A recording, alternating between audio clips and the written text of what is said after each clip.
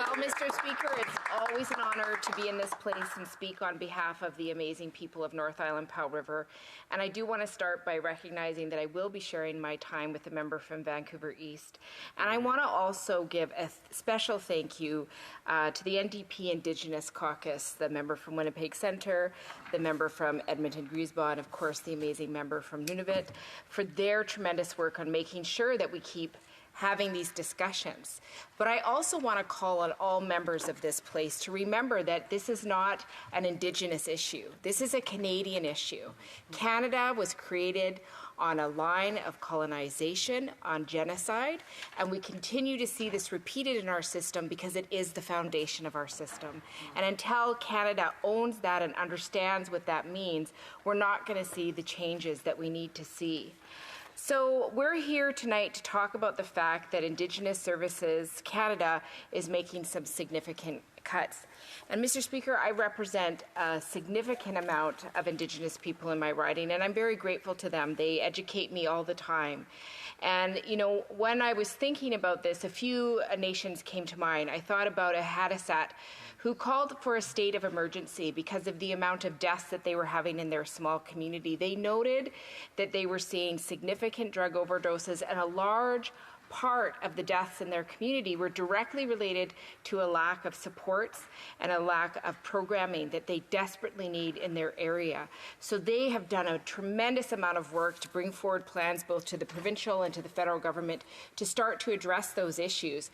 But they are still finding this government slower to react than they would like to. And again, I think this comes back to the issue that my colleague from Winnipeg Centre talked about earlier today, that these are matters of life and death. This isn't something where we're just saying, you know, oh, be nicer. We're saying people are dying. They've been dying since the beginning of this country, and they continue to die.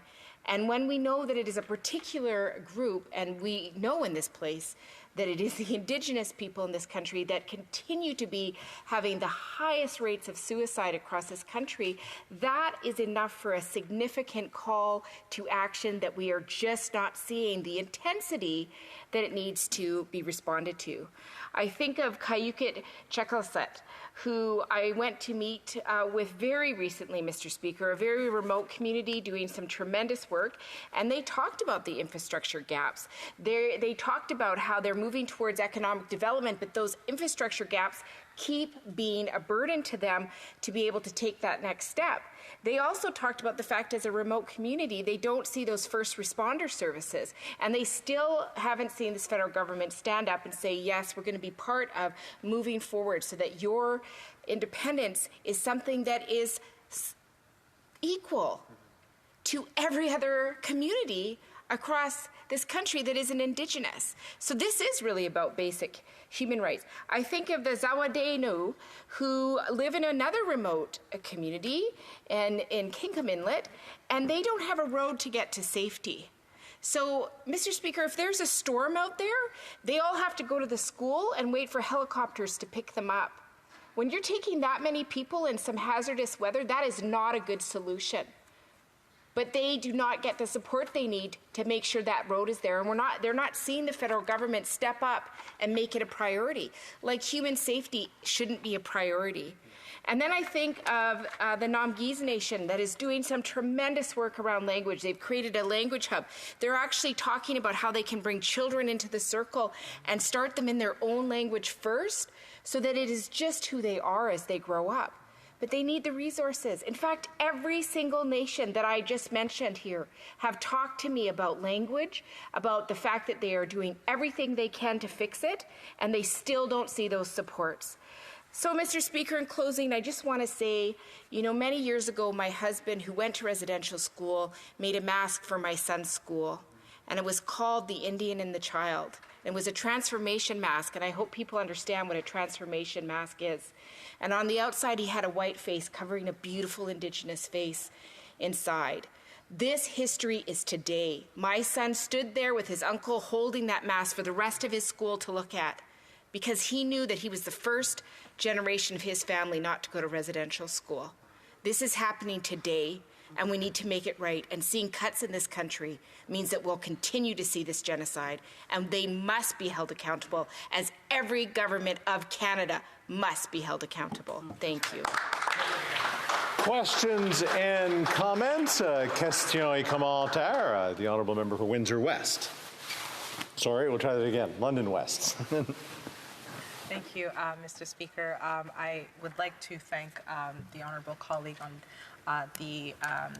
across the aisle for not just the comments she's made on this in this debate that we've been having all night, but for also sharing that personal story. I think that it is important that Canadians continue to hear the impact of colonization and the impact that the racism that was directed towards Indigenous people of this land has had on many communities. This bill that we're talking about today, which is Bill C-61, intends to affirm First Nations in the way that they manage their water system, to create tools for First Nations to be able to protect the sources of their waters. It also has a co-development piece of it too, where we are going to work directly with First Nations to get all this work done.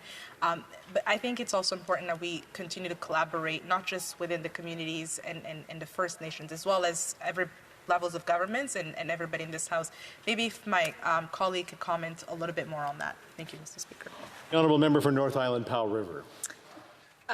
Okay, well, thank you, Mr. Speaker. I'm a little confused by the question. We're actually here today not debating a bill. We are here debating a take-note debate, which is something the NDP brought forward because we know that there's going to be significant cuts to Indigenous Services Canada.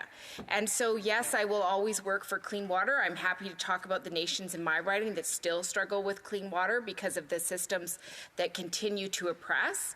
But the reality is what we need to see the government side understand is that there is unconscious bias that they are allowing to permeate everything that they put forward. And that unconscious bias is their responsibility, even if it's unconscious. They must take what is invisible and make it visible. And that's hard. I understand that, but that's not an excuse at the same time. So hopefully we'll see this government take it serious, because we have not seen any government before take it serious. If this is the most important relationship they have, I certainly wouldn't want to investigate a relationship with them. Questions and comments? Question commentaire. The honourable member for Winnipeg Centre. Thank you so much, Mr. Speaker, and I'd like to thank the honourable member from North Ireland, Powell River, and our wonderful whip, who's been a tremendous ally, for her intervention and just her speaking about, the fact I know that there was a bill announcement today.